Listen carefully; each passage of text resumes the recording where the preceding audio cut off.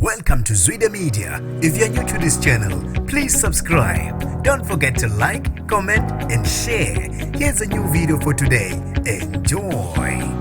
Ukhalo uyasithulisa umlingisi osemkantshubomvu emkhakheni wezokulingisa uLinda Sebenza emva kokuncisha uhulumeni imali yoxhaso lwamaciko. Sanibonani nginibingelele ngiphinde nginamukele kuphi nakuphi la nibola khona le video. Kanti ke mangokuqala uSijonele Elikhasi wamolekela igama lami uSibonga konke wakandwandwe. Uma kade bona emkhakheni wezokulingisa uLinda Sebenza odlala indawo kaLilian Nyandeni kwisibaya aphinde adlala indawo ekaMake Magwaza kwi-lockdown. Uphumelo obala wagonyuluka ngosizi lakhe enkundleni yokuxhumana ku-Twitter emva kokuphoxeka ethi ufaka isicelo sosizo amaciko.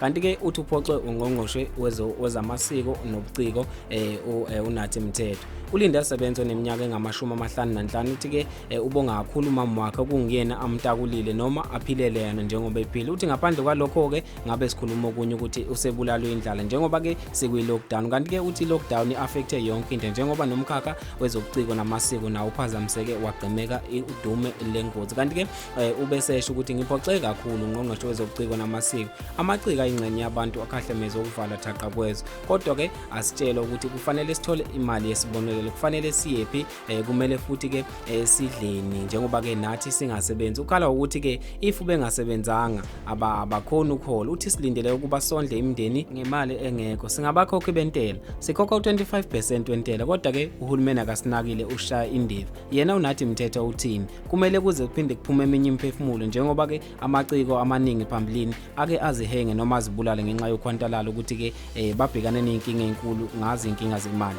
Kanti ke kumele senze njani? Uchaze kanjalo ke yena uLinda Sebenza. Kanti ke mahlabela phambili sibheke ezinye ithe zathinta abantu.